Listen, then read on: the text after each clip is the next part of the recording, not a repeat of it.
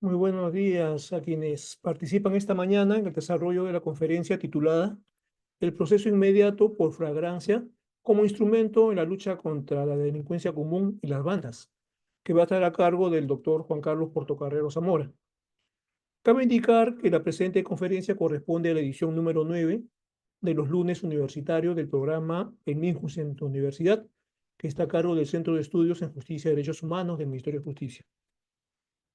A continuación leeré la reseña académica y profesional de nuestro distinguido conferencista. El doctor Juan Carlos Portocarrero Zamora es profesional del Derecho con 33 años de ejercicio profesional, con estudios concluidos de doctorado en Derecho Penal en la Universidad de Salamanca, España, maestro en Derecho Penal por la Universidad de San Martín de Porres, y estudios de posgrado en Derecho Penal, Criminología y Derecho Constitucional en la Universidad de Salamanca, con gran desarrollo en el campo académico, como la enseñanza del derecho en las escuelas de pregrado y posgrado de distintas universidades del país, como también en la Escuela del Ministerio Público y en la Academia de la Magistratura, conferencista de Derecho Penal y Procesal Penal a nivel nacional e internacional, capacitador en el nuevo modelo procesal penal de la Escuela del Ministerio Público y del Ministerio de Justicia, asesor de la Comisión Nacional Revisora del Código Penal, miembro de la Comisión Consultiva de Derecho Penal del Colegio de Abogados de Lima. A su vez, destaca por su labor profesional en el sector público como consultor en temas penales y litigante en el privado, conocedor de la realidad del sistema judicial peruano y reconocido por su labor en la lucha contra el crimen organizado, tanto desde la Procuraduría Anticorrupción ad hoc como procurador adjunto, así como en la Procuraduría Especializada en Delitos contra el Orden Público. Autor de artículos sobre crimen organizado en la publicación del libro Compendio de Política Criminal y Criminalidad Organizada, publicado el año 2015, y la guía práctica de la Ley contra el Crimen Organizado, la Ley 30.771 del año 2015 también. Es también coautor del libro La corrupción, un problema estructural a puertas del Bicentenario de la Fundación de la República, del 2018. Ha sido director general contra el crimen organizado del Ministerio del Interior y como tal secretario técnico de la Comisión Multisectorial de Naturaleza Temporal encargada de elaborar el informe técnico que contenga la propuesta de política nacional multisectorial de la lucha contra el crimen organizado el año 2019-2023. Actualmente se desempeña como procurador del organismo de evaluación de fiscalización ambiental OEF. Entonces dejamos en el uso de la palabra de nuestro distinguido conferencista, el doctor Juan Carlos Portocarrero Zamora. Adelante, doctor.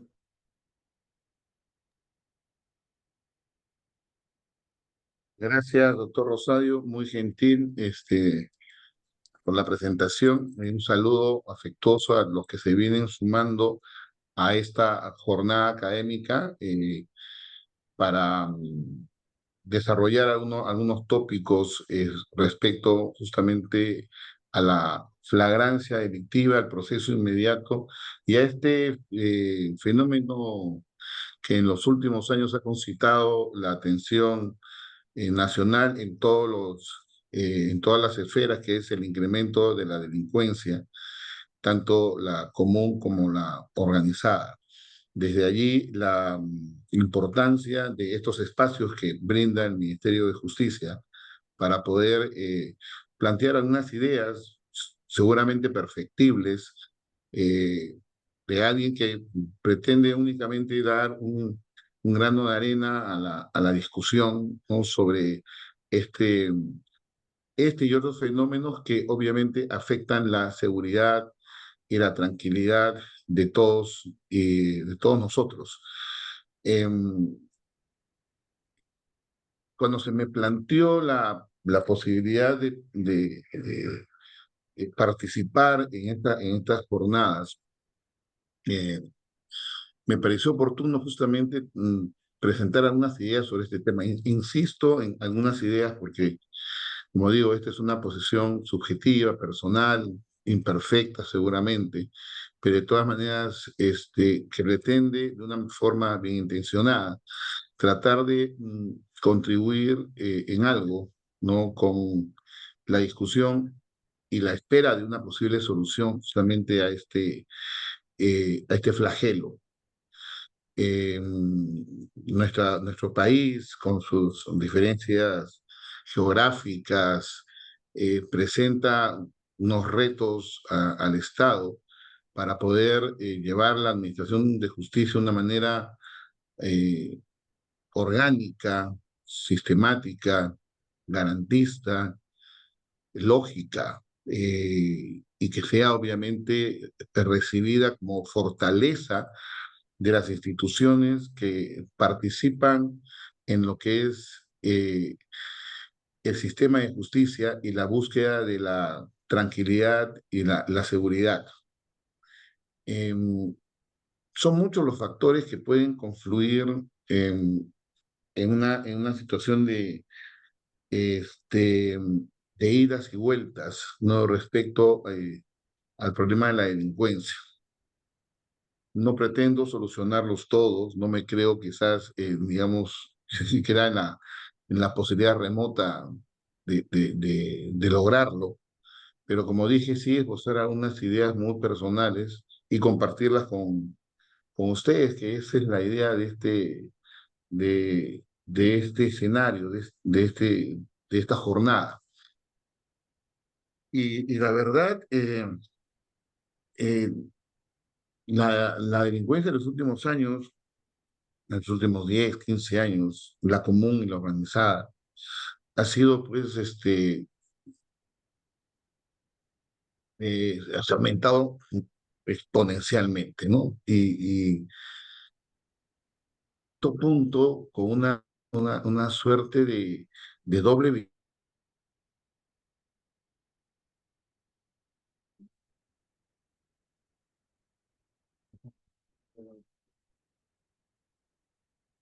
encontremos.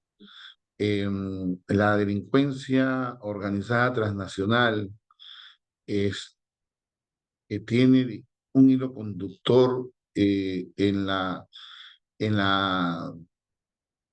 cada vez más creciente facilidad comunicacional que hay a nivel mundial, la tecnología que ahora facilita mucho, incluso fraudes, el encubrimiento de ciertas conductas, la dificultad para encontrar a quienes pueden estar detrás y tener dominio funcional con respecto a un resultado, hace que los estados, y no es reciente, busquen mecanismos de respuesta que nos pongan por delante, ¿no? Por delante de la delincuencia. Mm, Creo que todavía no hemos dejado de lado una posición reactiva, ¿no? Del derecho penal.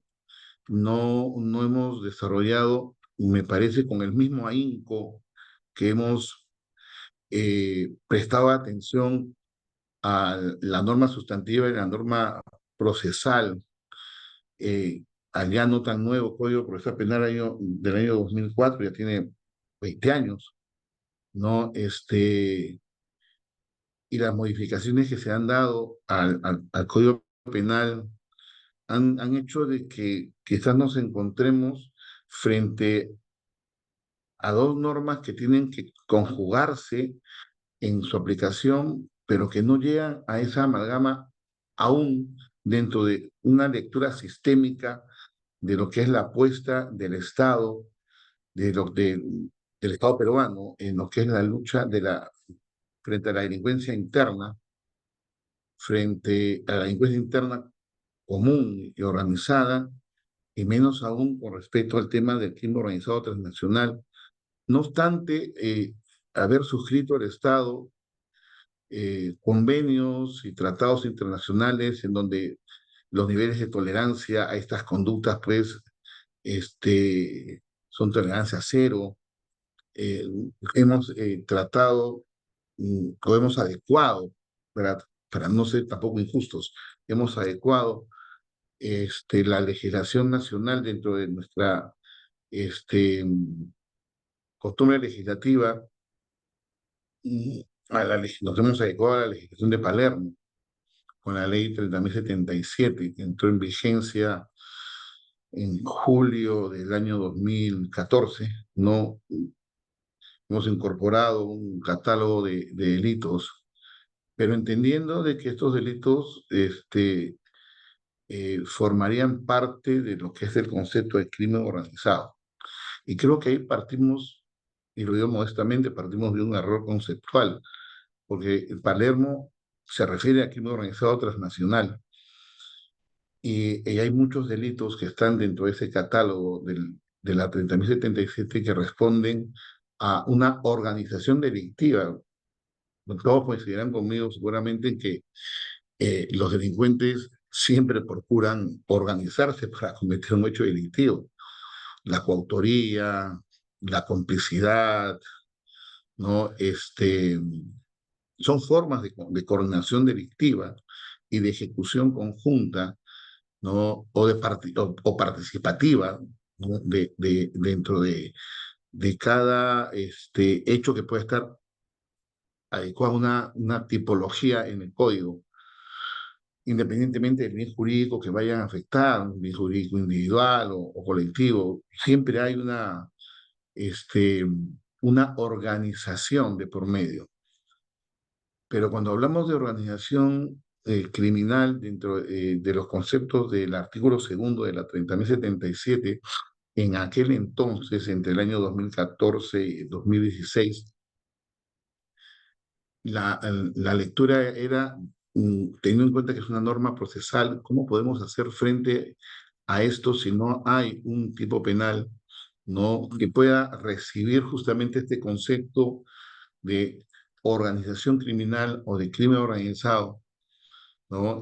Sabiendo las diferencias entre uno y otro, que ahora las veremos, hemos preparado un PPT para esta ocasión, y finalmente hacerle frente de una manera eh, acorde a lo que se espera, ¿no? De un sistema penal que lo que busca es garantizar pues esa seguridad, esa tranquilidad en la población. Y mi impresión es de que hemos estado dando una suerte de medidas inconexas, ¿no? Que no han hecho sino quizás incrementar más la discusión jurídica que resolver un problema de fondo. Y en ese escenario, pues el tema de la incorporación o la modificación del 317 y del 317 del Código Penal, la antigua Asociación Vista para Delinquir, que creo que se dio, si mal no recuerdo, en octubre de 2016.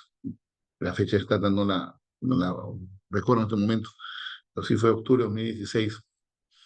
Respondió justamente a la necesidad desde el Código Penal, tener pues un tipo penal que pueda recoger justamente ese concepto del artículo segundo de la ley 30.077, y se incorporó una figura complementaria en un 317B, que era la figura de bandas, una, una figura que respondía a una cierta estructura, pero una estructura digamos, más laxa, menos compleja que la de la organización criminal que sustituía a la asociación ilícita para delinquir. Y dieron muchas conferencias, se cuestionó válidamente, no hubieron opiniones a favor y en contra, pero de una u otra forma esta modificación ha ido andando, ¿no? Y ha ido perfilando lo que es ahora la organización criminal y creando un escenario en donde podríamos ver tres niveles. Un crimen organizado transnacional que responde a una lectura desde Palermo, y un nivel de delincuencia organizada nacional, hablando de organizaciones delictivas complejas, que es la que se refiere el 317, y otras organizaciones delictivas menos complejas, que las que se refiere el 317B. Con ese escenario como, digamos, antecedente o referencia, permítaseme compartir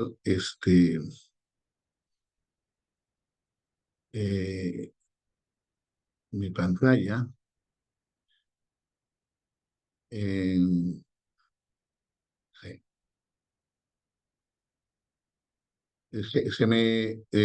Doctor Rosario, solamente una consulta, ¿se me escucha bien? Porque en ocasiones puede fallar el audio. ¿Se me Está escucha correcto, bien? doctor. Sí, perfecto. Ya, ok, gracias, muy gentil, doctor Rosario. Vamos a tratar de poner esto, ok, listo, para que no nos interrumpa la visión de la diapositiva. Este, como dije, esta es una presentación eh, quiere sentar una base de discusión simplemente, ¿no? Entonces, frente a una idea, como muchas tantas bien intencionadas para poder hacer frente a este problema. Así que desde ya las disculpas del caso, quizás por la imperfección, ¿no? Sobre la misma, pero espero contar con la dispensa, teniendo en cuenta la predisposición y la buena voluntad del suscrito. Vamos a ver, se congeló. Bien, yo he esbozado unos conceptos preliminares y no quiero ahondar mucho en ellos, solamente haciendo referencia a lo que ya he comentado, que este fenómeno del crimen organizado, y empiezo con él para hacer ya una diferencia entre crimen organizado, organizaciones criminales y delincuencia común, que es lo que nos concita en esta reunión. Entonces, el fenómeno del crimen organizado, qué duda cae, que trasciende a las fronteras, ha hecho de que nos replanteemos quizás mucho los principios rectores, ¿no? Del sistema penal en su conjunto, tanto en lo sustantivo como en lo procesal. A mí particularmente me ha hecho reflexionar bastante en una aventura que se dio entre los finales de los 60 y comienzos de los 70, en donde participó mi padre, también eh, en ese entonces alumno de San Marcos, después profesor de Derecho Penal, profesor penal en la misma casa de estudios, lamentablemente ya fallecido hace unos cuantos años, pero que fue el Código Penal tipo para América Latina, ¿no? O sea, una herramienta sustantiva que podría aglutinar ciertas conductas o hechos comunes en América Latina y que puedan ser protegidos mediante la misma herramienta. Eh, Recuerdo mucho que era muy niño las discusiones que se daban sobre este tema y claro, estamos muy lejos todavía, muy lejos todavía de que la tecnología generara todo este espacio de discusión de facilitación, de facilitamiento, ¿no? A la delincuencia organizada transnacional y sobre todo, corrijo, no tanto delincuencia, sino crimen, para darle el desvalor que corresponde, ¿no? Un nivel de reproche mucho mayor al delito. Y cuando hablamos de crimen organizado, tenemos que hablar de circuitos económicos, tenemos que hablar de corrupción, tenemos que hablar de delitos informáticos, eh, de una gama de delitos que definitivamente en muchos aspectos trasciende el catálogo que está consignado en el artículo tercero de la 30.077.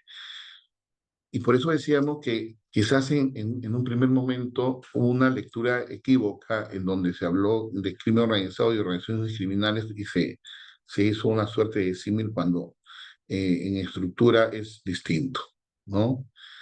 La organización criminal es la agrupación de tres o más personas que se reparten diversas tareas o funciones, cualquiera sea la estructura de la misma y de su ámbito de acción, y que con un carácter estable y permanente en el tiempo se crea y existe o funciona inequívocamente y directamente para poder concretar, ¿no?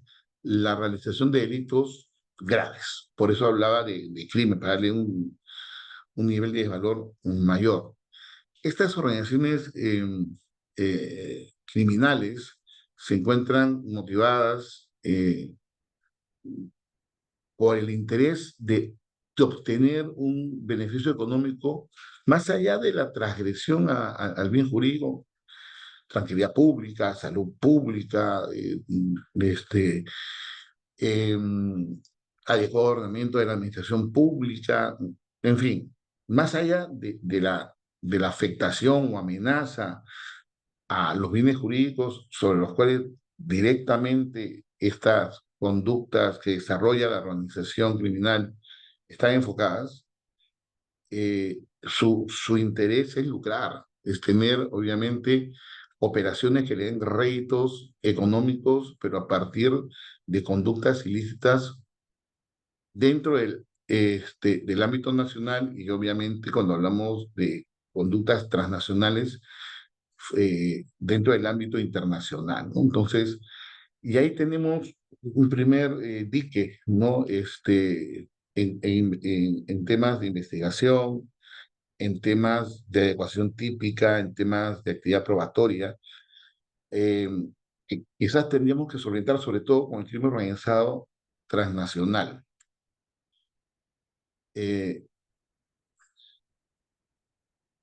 y claro, cuando se incorpora, como decía el año 2016, la modificación, y se modifica el 317 del Código Penal y se incorpora este concepto de organización criminal y eh, se habla también de banda criminal, se trata, y hay que entenderlo de esta manera, creo yo, de dos situaciones que si bien es cierto, están dentro del mismo ámbito o alcance bien jurídico, ¿no? Su tratamiento tiene que ser visto en base a una lectura eh, que parte de la complejidad de una y la no complejidad de la otra. Eh, Obviamente, frente a delitos que pueden ser en muchos casos graves, la extorsión, el sicariato, ¿no? El secuestro, ¿no? Pueden ser y forman parte de la tipología que estas organizaciones delictivas, las complejas y las no complejas, la relación criminal y la banda, la de 317 y 317B, pues tienen como objetivo en su desarrollo, pero que de por sí ya el hecho de participar, de constituir, ¿no? Las mismas, ya habla de un reproche en sí mismo, más allá del delito, que es el objetivo de la propia organización y que obviamente es la que les va, entre comillas, redituar ese lucro indebido por el objetivo logrado frente a la amenaza o lesión del bien jurídico sobre el cual desarrollen su accionar.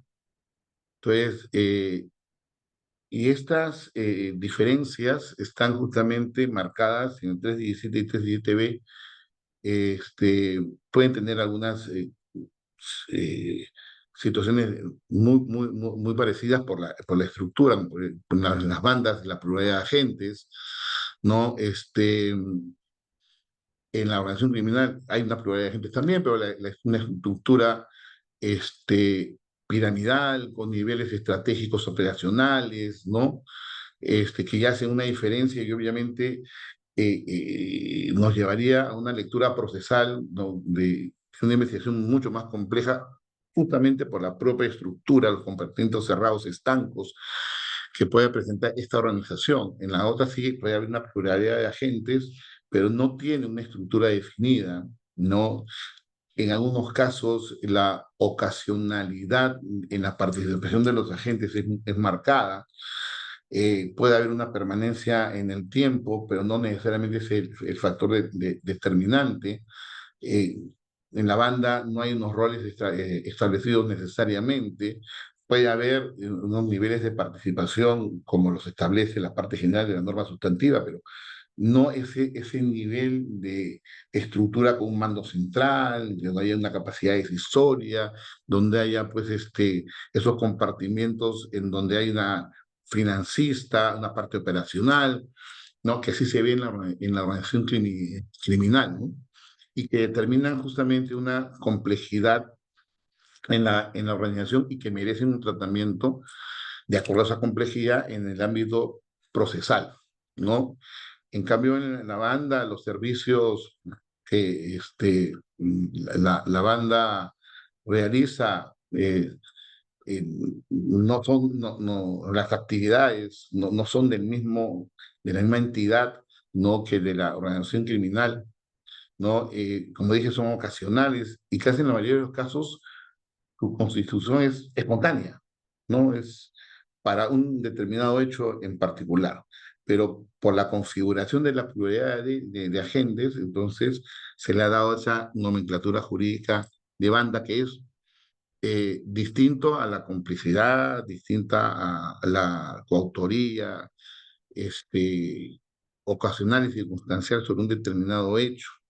Acá sí hay una estructura básica, no tan compleja como la de la organización criminal de 317, pero de todas maneras hay una estructura y hay una temporalidad que puede ir y venir, pero de todas maneras eso hace la diferencia entre justamente ese tipo de conductas que pueden ser eh, agravantes para delitos específicos comunes y no necesariamente estar dentro de los alcances de una tipología específica dentro de lo que son los delitos contra la tranquilidad pública, como el caso de la banda.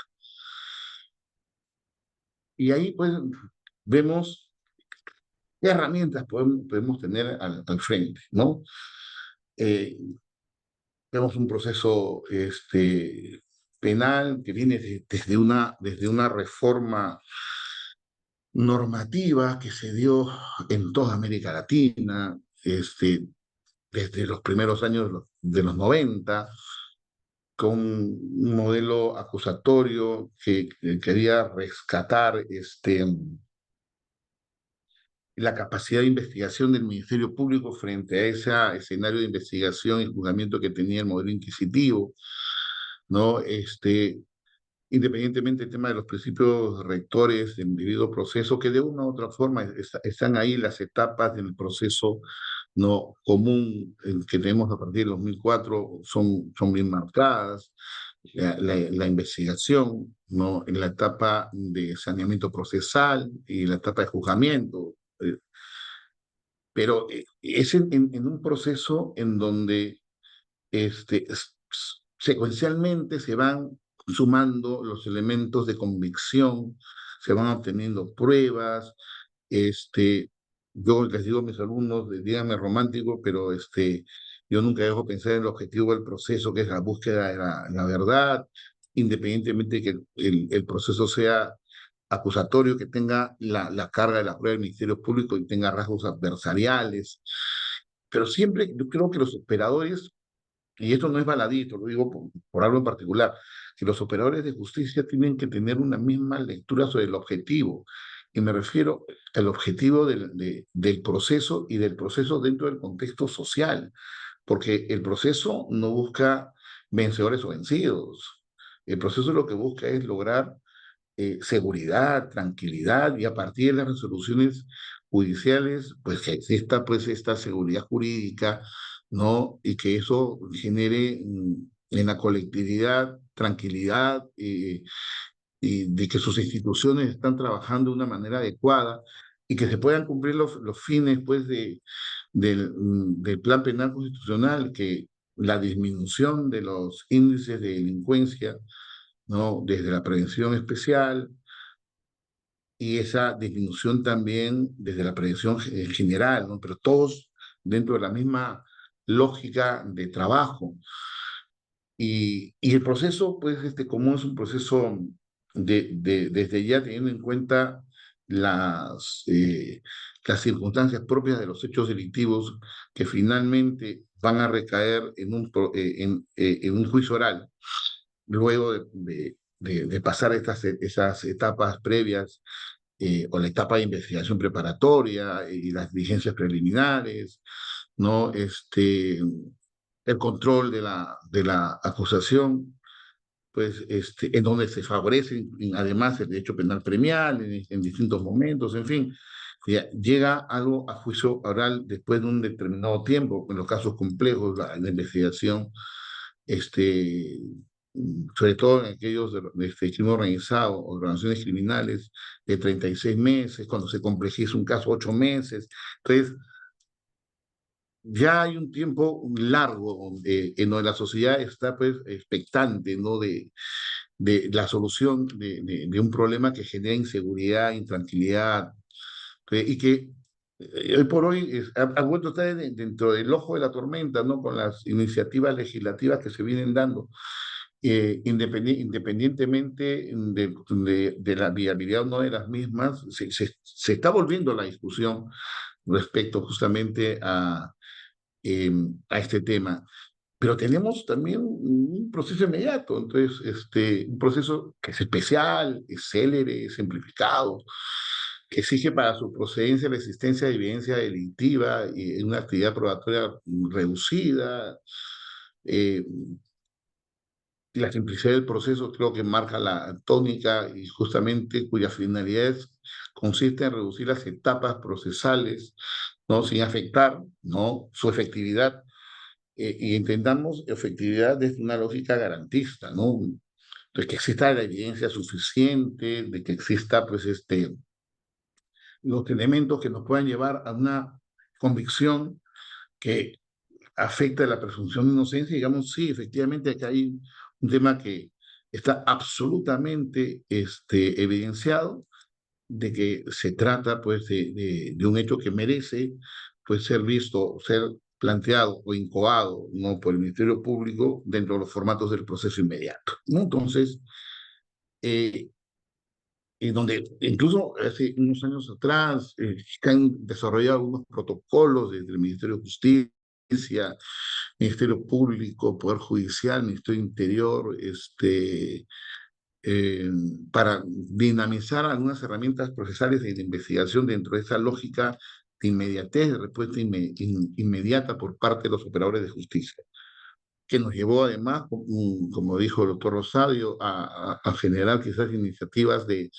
desarrollar políticas nacionales, ¿no? Y que se desarrollen planes en relación a lo que es hacer frente de una manera transversal a ciertos delitos de connotación organizacional, ¿no? Entonces, no solamente en lo que es el crimen organizado transnacional, sino las organizaciones criminales y bandas, ¿no? Y bandas.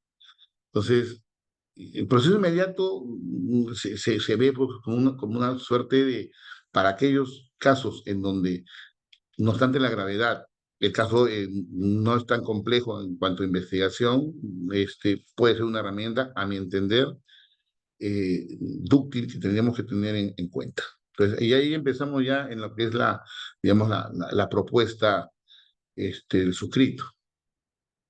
Eh, los supuestos de aplicación del proceso inmediato, no, en el artículo 446, bueno, todavía ponemos ahí el nuevo código, pero Código Procesal Penal, el fiscal debe solicitar la incoación del proceso inmediato bajo responsabilidad cuando se presente alguno de los siguientes supuestos. El imputado ha sido sorprendido y terminó en flagrante delito, ¿no? Ya veremos la flagrancia, pero en el momento de la comisión, en el momento de la ejecución del hecho delictivo o inmediatamente después de que se ha dado el mismo. El imputado ha sido sorprendido en flagrancia. El imputado ha confesado la comisión del hecho delictivo. O sea, sí, efectivamente soy yo el autor, o eh, existen elementos de convicción acumulados durante las diligencias preliminares y previo interrogatorio del imputado sean evidentes. Es decir, hay cámaras de videos, ¿no? La detención en el momento con la evidencia del hecho delictivo, ¿no? En fin, hay unos cúmulos de evidencias que en las diligencias preliminares, que parte de las disposiciones de fiscal cuando estamos en etapa de investigación preparatoria, en esas diligencias preliminares, que yo me resisto todavía a hablar de etapa preliminar, yo hablo de diligencias preliminares, ¿no? Se puedan ir acopiando, se puedan ir recogiendo, ¿no? Entonces, cuando el el juez, cuando recibe el juez competente copias certificadas de las piezas procesales pertinentes para acusar al deudor de alimentos por la comisión del delito de omisión de prestación de alimentos. Bueno, esto es obviamente parte complementaria de, eh, del artículo en comentario, pero vamos a restringirnos a los tres primeros literales, el A, B y C, ¿no? Eh, el artículo 446 eh, también habla de excepciones, ¿no? Quedan exceptuados los casos en los que, por su complejidad, sean necesarios ulteriores actos de investigación. Entonces, vamos a ver, si estamos hablando de un proceso de investigación de 60 días, 120 días, y sean diligencias preliminares y se acopian, y sobre eso ya hay un nivel de convicción por parte del Ministerio Público, este podría incoar el proceso inmediato.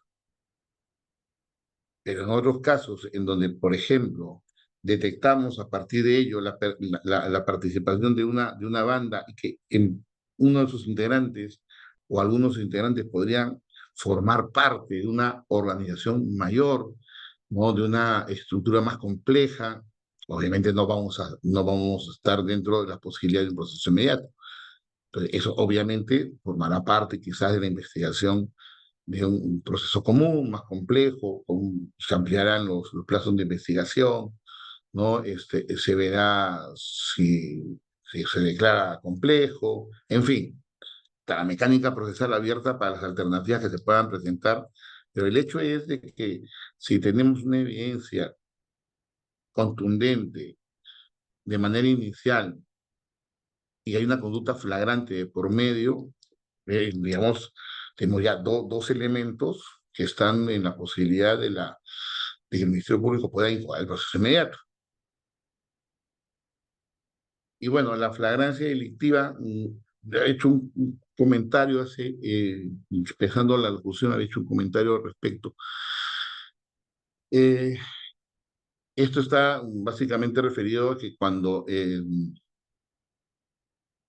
el momento de la intervención se está ejecutando un hecho delictivo, se ha ejecutado o se quiere evitar su consumación. Entonces, existen distintos momentos para poder hablar de flagrancia, ¿no? Entonces, y esto obviamente también opera en relación a los momentos en los cuales se está ejecutando el hecho delictivo. El hecho delictivo no necesariamente pensamos un delito de resultado, ¿no? Se consuma con eh, el apoderamiento, la sustracción de un determinado objeto. Mientras no haya esos actos de disposición, ¿no? Que la doctrina entiende como consustanciales y le dan el contenido ontológico a la tipología, por ejemplo, del hurto, o al robo de violencia y demás, entonces, si no hemos llegado a esos escenarios, podríamos hablar de tentativa, ¿no? Si hay actos de disposición y hemos salido ya de la escena misma del hecho delictivo y se da una persecución, por ejemplo, estamos evitando de que se den esos actos de disposición. Entonces, todo eso, creo yo, da la figura de los momentos eh,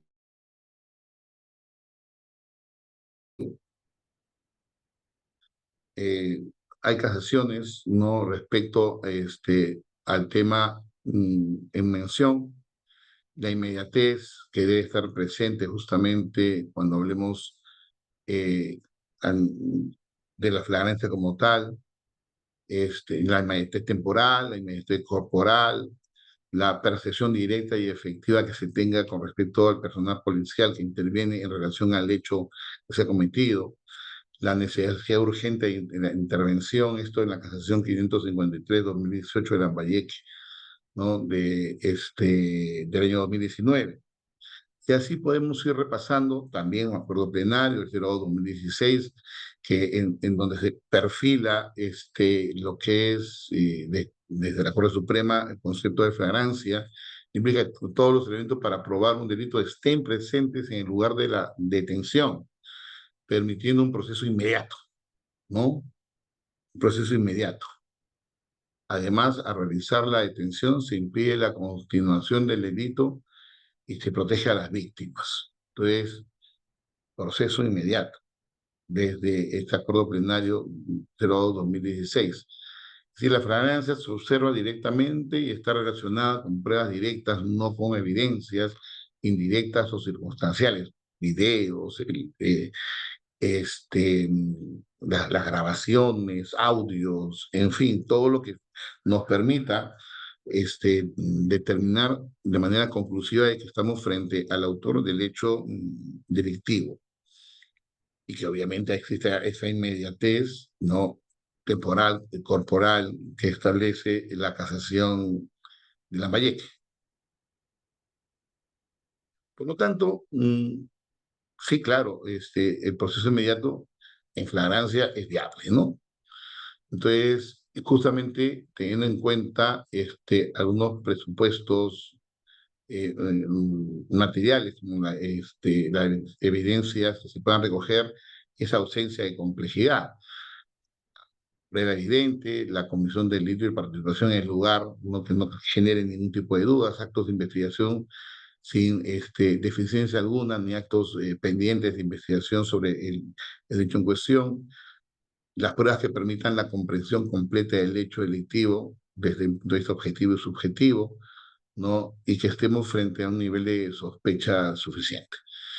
Y en caso de la ausencia de complejidad, obviamente que estemos frente a una simplificación procesal, que no estemos dentro de los alcances del 342, literal, perdón, numeral 3 del Código Procesal Penal, que no genere una complicación en la investigación para el Ministerio Público. Por lo tanto, teniendo en cuenta esas dos situaciones, obviamente, me parece que la incoación del proceso inmediato por flagrancia está viabilizada. Es más, la propia norma sí lo establece. Y que obviamente existe un procedimiento sobre el cual podríamos plantear, por lo menos creo, ¿no? El tema de bandas, teniendo en consideración que no tiene una estructura compleja, no, eh, si bien es cierto, el hecho delictivo puede ser grave, no estamos diciendo que la gravedad del hecho delictivo pueda, para nosotros, particularmente afectar el tema de la incoación del proceso inmediato, sino más referida, me parece, a los temas de investigación en sí, no a la gravedad del hecho delictivo. Entonces, y yo creo que justamente si sumamos el proceso inmediato en flagrancia delictiva y sumamos a esa circunstancia, pues los delitos comunes, ¿no? Y el tema de las bandas, me parece si dan todo esto de manera copulativa, podría el Ministerio Público incoar el proceso inmediato en este tipo de circunstancias, ¿no? Entonces, esa puede ser una herramienta muy útil. Y ya, claro, ya desde hace un tiempo atrás, esto también se discutió en el año 2018, cuando se estaba generando la política nacional contra el crimen organizado, fue materia de discusión, y, y se vio esa viabilidad. Y esto sí pues ha generado que haya módulos ahora de flagrancia, ¿no? Entonces, que tenga su protocolo, un protocolo definido, entendiendo pues justamente qué es la flagrancia en relación a la inmediatez, ¿no? De la ejecución del hecho delictivo. Este,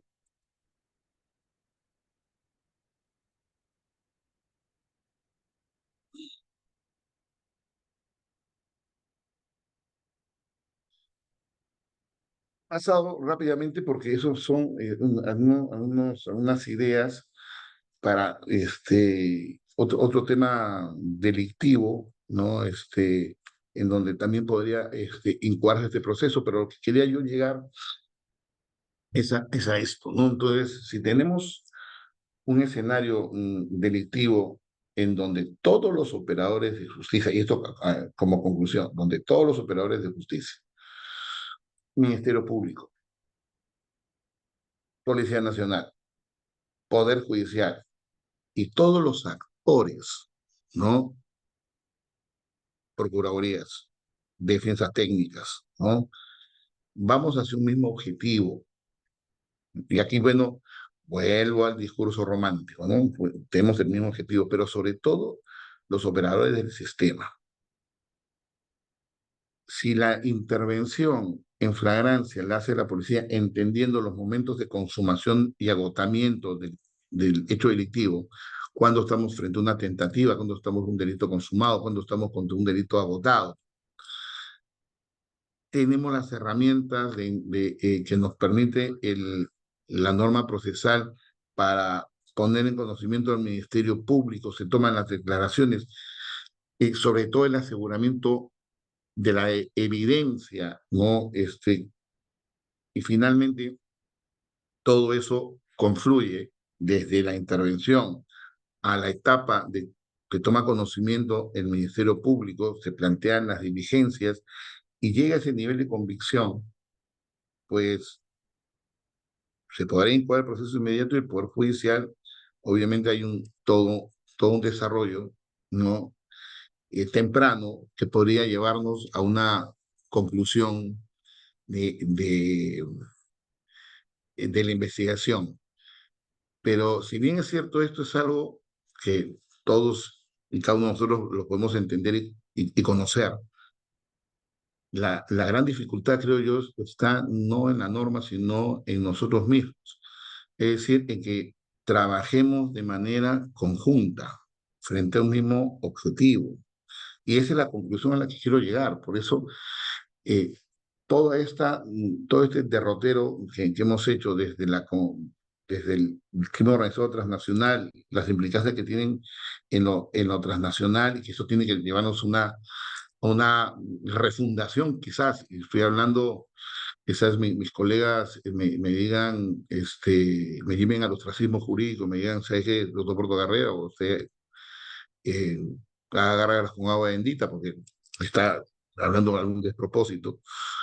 Yo creo que tenemos que refundar incluso hasta la autoridad del delito para el crimen, la criminalidad transnacional. No podemos seguir con una estructura del siglo XIX. Eh, Me refiero a la estructura de la teoría del delito, no haciendo o intentando luchar contra el crimen organizado transnacional. Tenemos una herramienta procesal regional.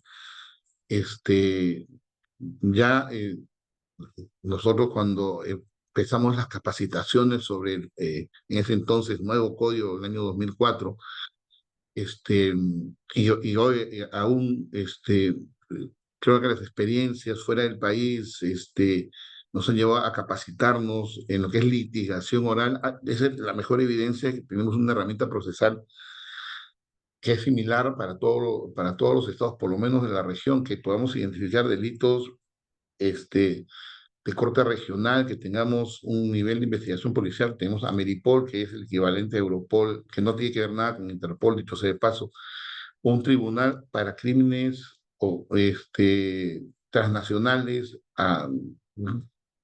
muy parecido, o tomando como ejemplo quizás el que tiene la Unión Europea, se podría desarrollar para lo que es el crimen organizado transnacional a partir de lo que es Palermo. Y la mirada hacia adentro, ¿no? Hablar de crímenes es una cosa, hablar de organizaciones criminales es otra. Ambas, Organización Criminal 317 y las bandas están dentro del mismo ámbito de bien jurídico, que es tranquilidad pública. Por lo tanto, la lectura es conglobante entre ambas. Y si encontramos una complejidad, pues irá al proceso al común ordinario, pero si no hay una complejidad frente a las bandas y frente a la delincuencia común que siempre tiende a una organización, sin que ésta sea pues la banda criminal que está vigente en el 317B, podría, si estamos dentro de lo que es la flagrancia delictiva y con los aseguramientos procesales que establece la norma procesal, incoar el proceso inmediato, pero siempre y cuando que estos módulos de flagrancia que ya se ha inaugurado uno o algunos, no mantengan la lógica de que los operadores de justicia tienen que tener la misma idea, los mismos conceptos, no solamente en lo procesal, sino en lo sustantivo. Y los sustantivos me refiero a los momentos de consumación, cuando estamos en tentativa, cuando estamos en consumación, cuando estamos en agotamiento. ¿Qué delito es de comisión instantánea? ¿Cuáles son delitos continuados? ¿Cuáles son delitos permanentes? En fin, que manejemos justamente una misma lectura sobre los momentos de consumación, y eso, me parece, muy modestamente podría contribuir a que haya una lectura por parte del Estado que desde el proceso inmediato, en las condiciones de flagrancia, mediante la inmediatez que se pueda verificar, podamos tener un accionar mucho más eficiente de que tenemos. No me niego a la discusión sobre las iniciativas legislativas que se vienen propiciando. Hay opiniones a favor o en contra. Me parece que no es el escenario, es el momento de entrar a ese debate o discusión, por la naturaleza de la presentación que estamos haciendo, pero eh, si nosotros llegamos a evitar la inconexión de los operadores del sistema de justicia y trabajamos desde ese plan constitucional que está enmarcado en nuestra constitución, ¿no? Entonces podríamos hacer quizás una mejor presencia en lo que es la protección de determinados intereses, bienes jurídicos que se podrían ver amenazados, ¿no? O lesionados por el accionar de estas bandas o de la delincuencia común. Eh, Quiero con esto concluir voy a dejar de compartir, quiero con esto concluir esta presentación, reiterando el agradecimiento a la coordinación del Ministerio de Justicia que me ha permitido acercarme a ustedes y presentarles estas ideas, ¿no? Que espero pues nos lleven a una sana reflexión, quedando desde ya a disposición de todos ustedes para las preguntas que quieran hacerme. Un fuerte abrazo para todos. Gracias, doctor Rosario. Le cedo la palabra.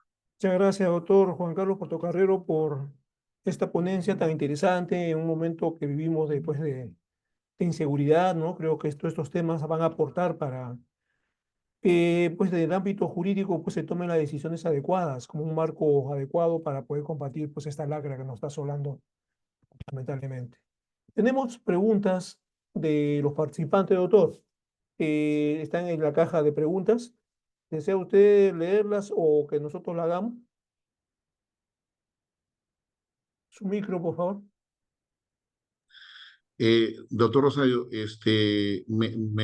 me gustaría que usted dé lectura a las mismas que escoja. Correcto, doctor. Puede ser que algunas sean similares, Sí, ¿no? Usted márqueme la pauta desde allí, por favor.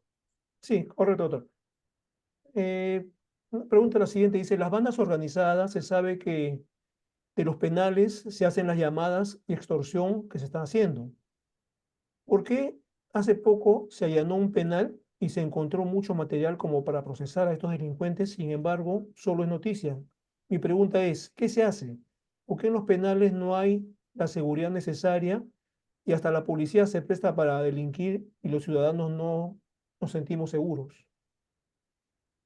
Bien, eso, gracias, doctor Rosario. Es justamente lo que les decía, no es un tema normativo, es un tema yo creo, de personas. La percepción que tiene usted es la misma percepción que tenemos todos, independientemente de que uno pueda conocer algo de derecho o no. O sea, la sensación de inseguridad es clamorosa. Las noticias que nosotros vemos durante todas las mañanas, ¿no? Causan pavor. Entonces, efectivamente, uno siente ese temor, ese miedo. Por eso decía yo de que esto no es un tema que se pueda solucionar con compartimientos estancos. Eh, Obviamente hay mecanismos que se tienen que seguir en relación a si hay determinados actores que están haciendo bien o mal un trabajo. Y si estamos frente a un hecho delictivo concreto que afecta pues, a la administración de justicia o a la administración pública, seguirán los canales que correspondan, ¿no?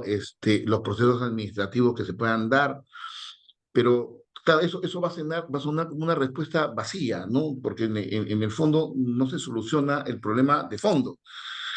Y claro, el problema de fondo, por eso puse desde el comienzo, no vamos a solucionarlo todo acá, vamos a tratar de dar algunas ideas, porque hacer la refundación de todo, quizás no lo vea yo ni mis hijos, porque estamos hablando de, tenemos que, un espacio muy largo de tiempo, tenemos que cambiar nuestra forma de pensar. Somos un país rico en matices, rico en cultura, como dijo Raimondi, somos un mendigos, entonces un banco de oro. Y efectivamente, miren, eso se dijo hace casi 200 o más de 200 años y seguimos en lo mismo. No es un tema de normas, es un tema de personas, ¿no? Y que las instituciones trabajen de manera conjunta.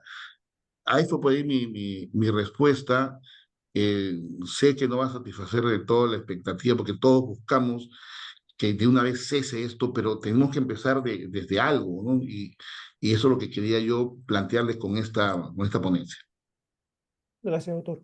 Una segunda pregunta dice, en delitos como el secuestro y la extorsión, que a menudo involucran redes más complejas y planificación previa, ¿cómo puede el proceso inmediato por flagrancia adaptarse para ser un instrumento eficaz?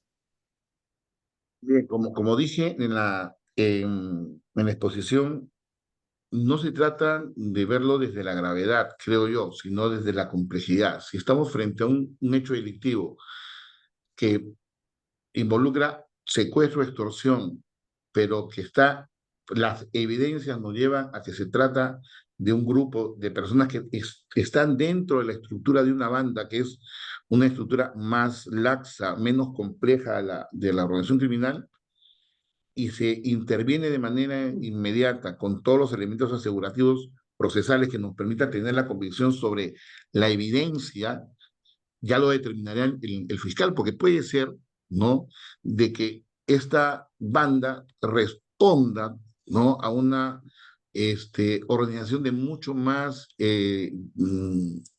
nivel y sea parte de la organización, y eso obviamente no se va a resolver desde el proceso inmediato, tendrá que pasar justamente al proceso común y tendrá que seguirlo el Ministerio Público a partir de justamente esa evidencia.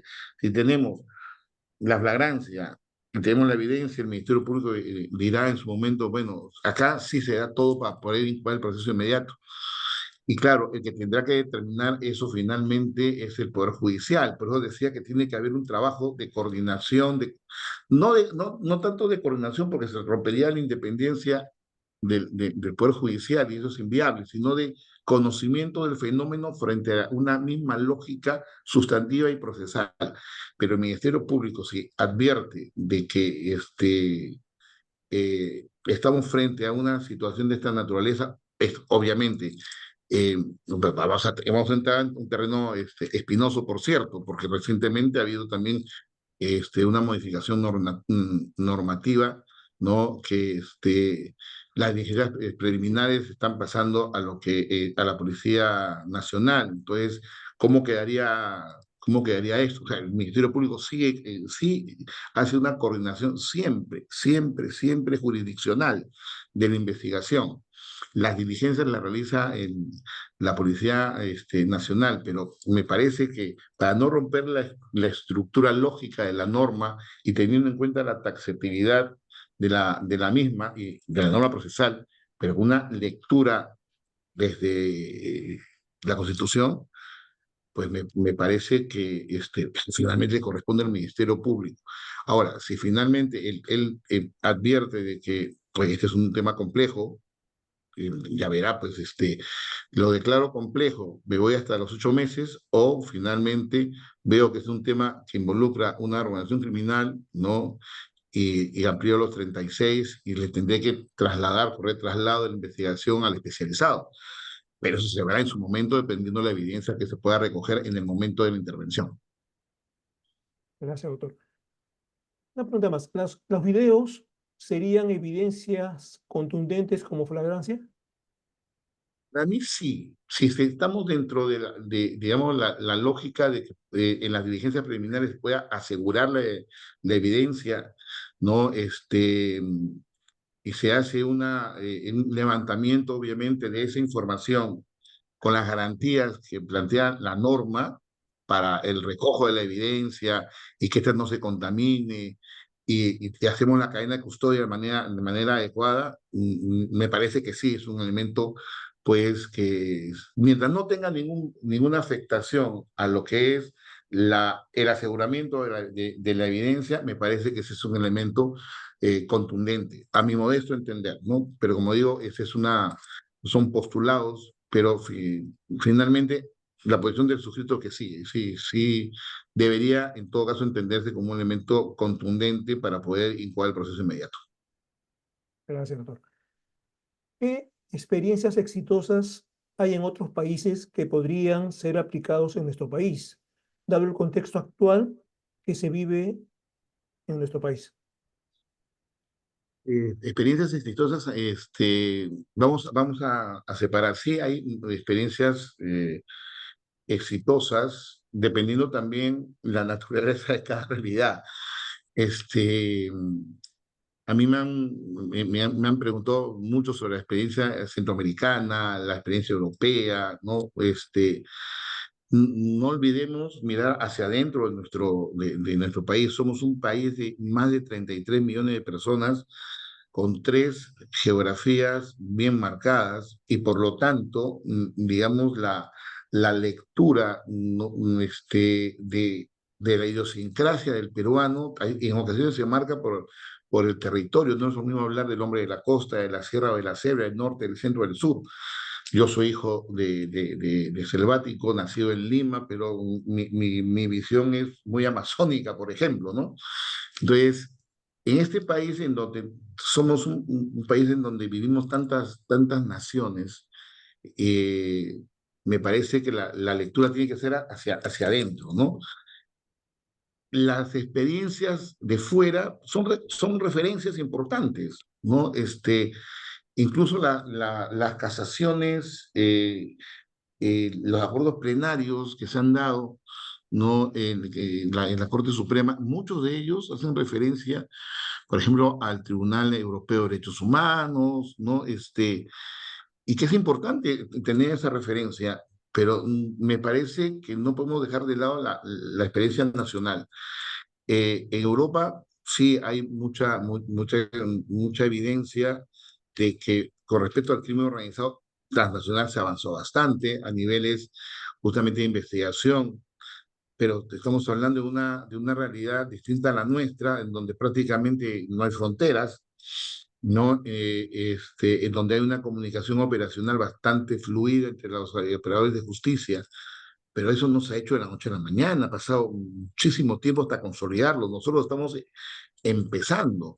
A partir de un incidente que no recuerdo en estos momentos la fecha, creo que fue en el Ecuador, se empezó a hablar de una reunión de cancilleres y se dio una reunión de cancilleres acá en el Perú, que creo que fue entre enero, febrero, marzo de este año, y se empezó a hablar incluso de un tribunal andino que podía haber temas de criminalidad organizada. Eso un, este, una realidad que no podemos soslayar y es un tema sumamente interesante.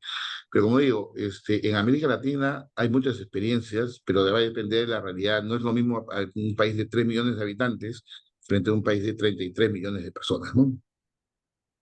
Bien, doctor. Siguiente, ¿cómo garantiza el proceso inmediato el equilibrio entre la celeridad del proceso penal y el respeto de los derechos fundamentales del imputado, como el derecho a la presunción de inocencia? A partir de la acción de los propios operadores de justicia, no olvidemos que uno puede incoar el proceso inmediato, pero no por que el Ministerio Público lo vaya a incoar, el Poder Judicial vaya a opinar inmediatamente sobre su viabilidad.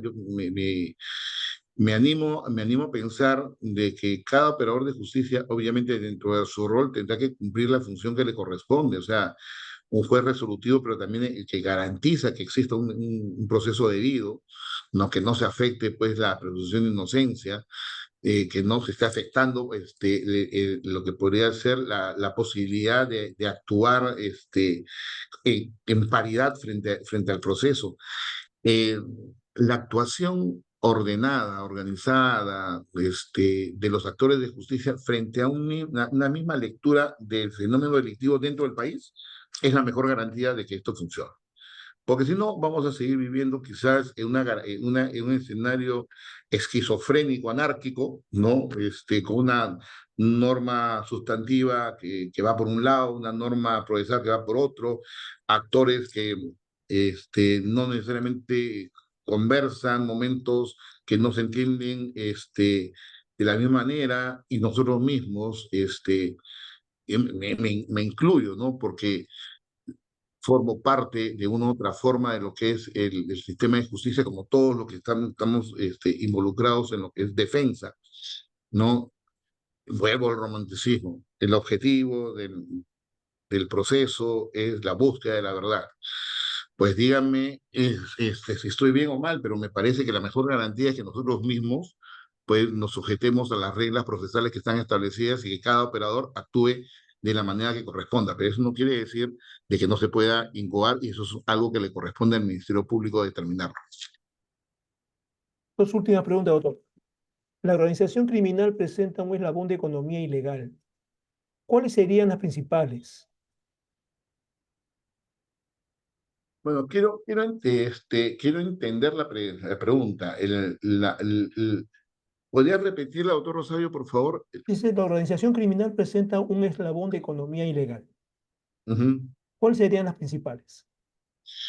Bueno, es que son distintos, o sea, vamos a ver, las organizaciones criminales, claro, o sea, no solo tienen una estructura piramidal, sino también tienen estructuras pues que van allá a partir de la intención de lucrar como una suerte, ese lucro como una suerte de reafirmación de dolo, y a partir de ahí, pues, existen distintas formas de contribuir, ¿no? Con el accionar de la organización criminal. Tendríamos que desarrollar todo un teorema independiente para poder dar una respuesta cabal a la misma, pero cada organización criminal tiene su propia estructura. Y si nos vamos al tema del lavado de activos, el lavado de activos también tiene, pues, tiene distintos momentos para poder hablar justamente de que estamos frente al lavado de activos. Lo interesante y importante para mí en cuanto a lo que es el financiamiento de estas organizaciones delictivas es de que podamos tener las herramientas para poder llegar a quien está realmente financiando, no al que está ejecutando. Y lamentablemente a veces nos quedamos en el ejecutor, o sea, en la cabecita de alfiler, en la puntita del iceberg, y no vamos hacia la real estructura. Entonces, hay distintas formas de financiar. Si hablamos desde el lavado de activos, cualquier tipo de aporte que pueda facilitar el hecho delictivo per se, para mí ya estaría dentro de lo que es el facilitar la conducta delictiva de la relación criminal, ¿no? En el ánimo de obtener un beneficio económico como elemento consustancial de lo que es la reafirmación del dolo delictivo, ¿no? Bien, doctor, la última pregunta para terminar esta jornada. ¿Las capturas de pantalla pueden ser consideradas como pruebas? Insisto, siempre que estemos en una pregunta que me saque cuadro, no me la esperaba, pero la respuesta que tendría que dar, este, porque no soy experto en temas de informática, si estamos frente a la posibilidad de asegurar esa evidencia con una captura de pantalla, por ejemplo, un operativo, ¿no? Se me ocurre pensar, ¿no? Un operativo con respecto a un hecho delictivo, y hemos quedado con una persona, el doctor Rosario, ¿no? Estamos en estos momentos, ¿no? Interactuando para poder realizar una conducta delictiva, ¿no? Entonces, pero yo estoy acá sin que se vea estoy pues con los operadores de justicia y demás. Claro, lo que sucede es que también tenemos que ver justamente todas las modificaciones últimas que se han dado. Pero me parece que si hay una captura de pantalla y esa captura de pantalla se somete finalmente a las pericias que corresponden y podemos advertir que efectivamente se trata de algo que no es trucado, ¿no? Ahora con la inteligencia artificial, pues se pueden hacer maravillas para bien como para mal, ¿no? Entonces, y no necesariamente la evidencia una, fría de pantalla me parece que puede ser del todo concluyente. Y a eso vamos. Si la evidencia le permite al fiscal de una manera concluyente, ya sin ningún tipo de dudas, estar frente a lo que podría ser esa prueba para poder incoar el proceso inmediato, ya tendrá que sostener el fiscal cuáles son las circunstancias que lo lleva a esa verificación de verosimilitud. Pero es bien complejo, ¿ah? O sea, por eso decía que tenemos que cambiar la forma de implementar las estructuras, no solamente de interpretación doctrinal, sino también operacionales, porque la delincuencia nos lleva muchísima ventaja y en ocasiones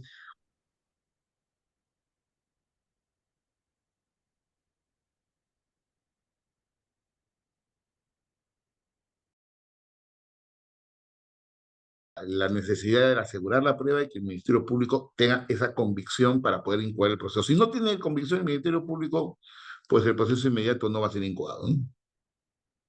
Bien, doctor Juan Carlos Portocarrero, muchas gracias por esta conferencia que ha aportado, digamos, al desarrollo de nuestros lunes universitarios. Queremos también agradecer la participación de los 437 personas que se han unido esta mañana a esta pues, conferencia que para nosotros lo consideramos de mucha utilidad, digamos, para los fines que perseguimos de debatir, digamos, temas que son, pues, importantes, digamos, dentro de lo que es la estructura de jurídica en nuestro país. Sin más, doctor, nuevamente mil gracias y a los participantes, por favor, que tienen la encuesta que corresponde, digamos, en este momento. Muchas gracias y hasta la tarde. Sí, señores. Nos vemos. Doctor Rosario, gusto verlo. Hasta luego. Gracias, doctor. Gracias.